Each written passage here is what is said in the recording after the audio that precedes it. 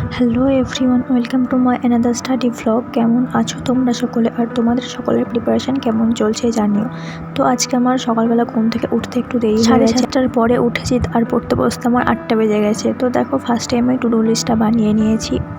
আমি মিসলেনিয়াস এক্সামের জন্য আমি 35 ডেজের একটি চ্যালেঞ্জ নিয়েছি। আমি উইকে 5 দিন করে ভিডিও আপলোড করার চেষ্টা করব, তবে ডেইলি টু ডু লিস্টটা শেয়ার করব, তোমরা চাইলে ফলো করতে পারো। এই 35 ডেজে আমি ডেলি একটা করে মক দেব, আর টার্গেট আছে আগস্টের মধ্যে পুরো কমপ্লিট করার। আর সেপ্টেম্বরের যে 15 দিন মতো বাকি থাকবে ওই দিনগুলো আমি শুধু রিভিশন দেব, দেখি কতটা ফলো করতে পারি, তবে সবটা তোমাদের সাথে শেয়ার করার চেষ্টা করব।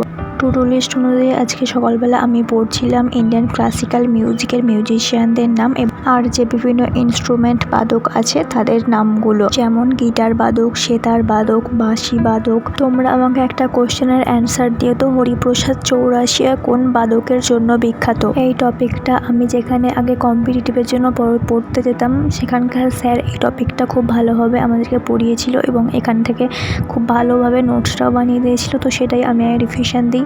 এই পোর্শনগুলো কী হয়, যখন পড়ি তখন খুব সহজ মনে হয়, কিন্তু তারপর যখন কোশ্চেন অ্যান্সার সলভ করতে যাই তখন একটার ঘাড়ে একটা চেপে যায়, দিয়ে উদরপিণ্ডি বুদোর ঘাড়ে হয়ে যায়। তাই এই পোর্শনগুলো আমি প্রত্যেক সপ্তাহে একবার করে রিভিশন দেওয়ার চেষ্টা করি। জিকে পড়া কমপ্লিট করে প্রায় 11:30টার দিকে আমি টেক্সট বুক থেকে একটা মক টেস্ট দিচ্ছিলাম পিএসসি মিসলেনিয়াসের।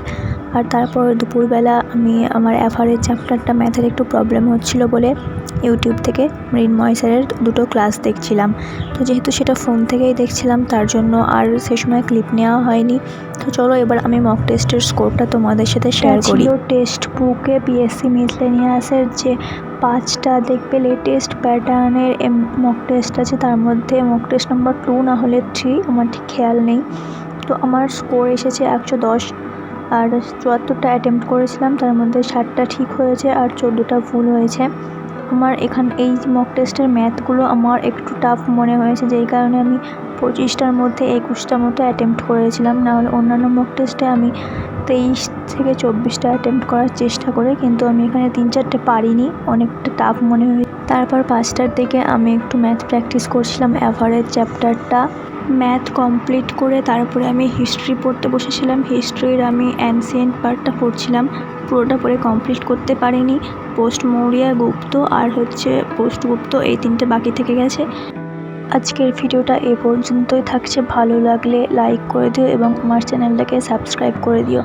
চলো এবার দেখা যাক আজকে টু ডু লিস্টের কতটা কি কমপ্লিট করতে পারলাম। টু ডু লিস্টের মধ্যে সবটাই কমপ্লিট করতে পেরেছি, শুধু হিস্ট্রির অ্যানসিয়েন্ট পার্ট থেকে কোশ্চেন অ্যান্সার প্র্যাকটিস করে ভেবেছিলাম, ওটা আর করা হয়নি, ওটা নেক্সট দিন করবো।